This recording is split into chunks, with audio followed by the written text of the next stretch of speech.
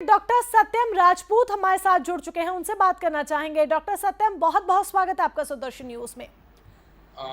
स्वागत है मैम। मैं एडवोकेट हूँ सुप्रीम कोर्ट में। थोड़ा सा सॉरी करेक्ट करना चाहूँगा। मैं बहुत बहुत माफ़ी चाहूँगी इसके लिए। मेरी टीम की तरफ से शायद मुझे सही तरीके से जानकारी नहीं दी गई। डॉक्टर सत्यम, बहुत बहुत स्वागत है आपका। सुप्रीम कोर्ट के एडवोकेट सत्यम जी हमारे साथ जुड़े हैं। एक बार फिर से मैं हमारे दर्शकों को इंट्रोड्यूस करा दूं कि सत्यम जी सुप्रीम कोर्ट के एडवोकेट हमारे साथ जुड़े हैं। सत्यम जी, अहम सवाल मैं आपसे ये पूछना चाहूँगी कि जिस तरीके से कालाबाजारी हो रही है ऑक्सीजन सिलेंडर्स की, रेमडेसिविर की, एक सख्त एक्शन की ज़रूरत है। क्या एक्शन सख्त से सख्त हो सकता है? क्योंकि सुदर्शन न्यूज़ तो फांसी की सज़ा की ही मांग कर रहा है, क्योंकि जान के साथ यहाँ पर खिलवाड़ हो रहा है।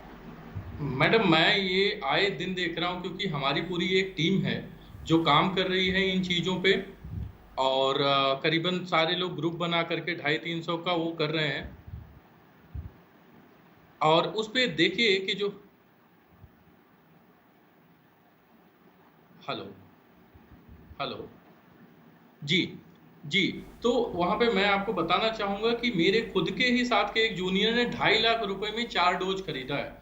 सो उस पे बहुत सारे ऐसे हैं, टीम के भी, हमारे एनजीओ के टीम के लोग भी जगह जगह काम कर रहे हैं। वहां से मुझे शिकायतें आ रही हैं कि सर हम प्रोवाइड नहीं करा पा रहे। इवन हम खुद भी देख पा रहे हैं कि कई जगह जान चली जा रही है सिर्फ ऑक्सीजन नहीं पहुंचाने से, इंजेक्शन नहीं पहुंचाने से। उस पर आज हमने स्टेप लिया।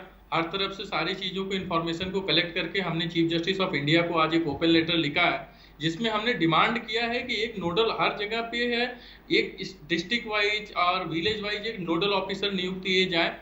एक मेडिकल, जितने भी मेडिकल स्टोर हैं उनकी पहचान की जाए कि हाँ यहाँ पे अवेलेबिलिटी होगी, जिससे लोग इजिली, जो एमआरपी है, जो कि एमआरपी है सिर्फ 8,999 या 1,000 रुपए के आसपास, उसके बावजूद भी अगर आप ये सोचिए 2.5 लाख, 40,000, 50,000 जिस तरीके से ये लूट पा रहे हैं, उस तरीके से लूट पा रहे हैं। और उससे भी बड़ी बात ये है कि इसमें हॉस्पिटल के डॉक्टर्स और नर्स भी शामिल है।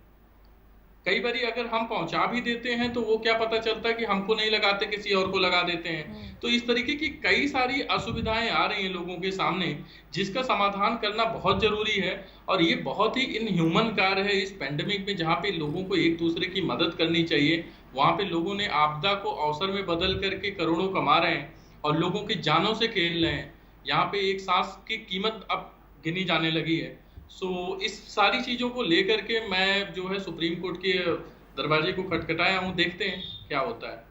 बिल्कुल देखना होगा कि आगे होता क्या है, क्योंकि कितना ज़रूरी आप और समझते हैं कि सख्त से सख्त एक्शन लिया जाए और इसे रोका जाए। क्योंकि अगर लोग नहीं समझेंगे, देखिए दो चीज़ें हैं, एक कालाबाजारी हो रही है और एक स्टॉकेज।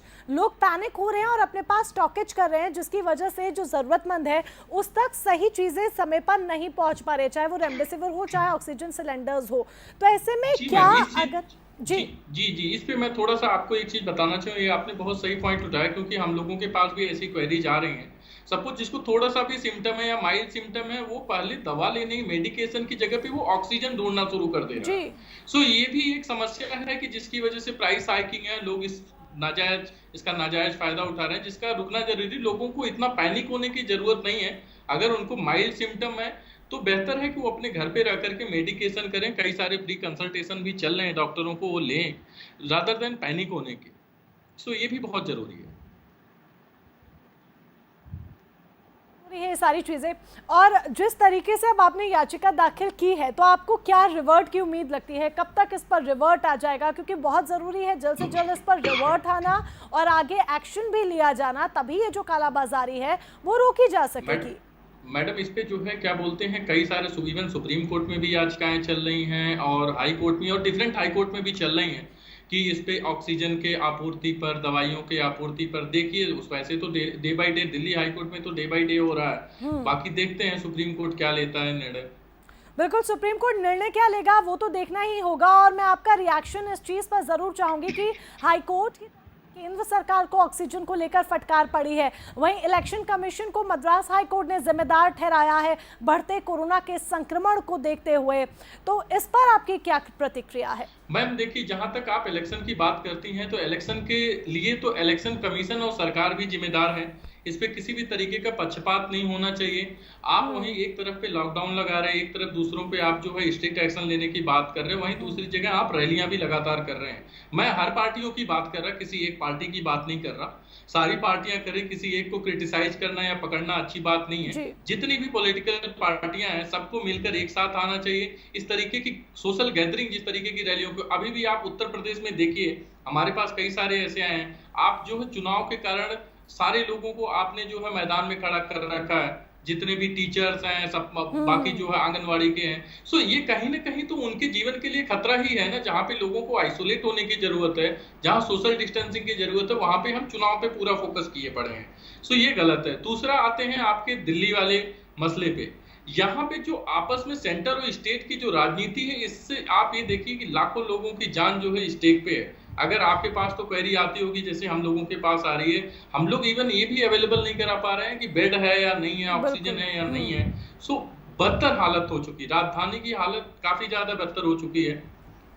सो ये इस तरीके का हमें लगता है सभी राजनीतिक पार्टियों को एक साथ आना चाहिए। और जो हाईकोर्ट और सुप्रीम कोर्ट का जो भी इस समय तो मद्रास हाईकोर्ट से लेकर के दिल्ली हाईकोर्ट का जो कदम है वो बहुत ही सराहनीय है, जो होना चाहिए, जो एक कोर्ट को इस ऐसे दौरान में, एक संकट के दौरान में लेना चाहिए, उस तरीके से हाईकोर्ट स्टैंड ले रही है। बिल्कुल। और अब इंतजार है तो सुप्रीम कोर्ट का कि सुप्रीम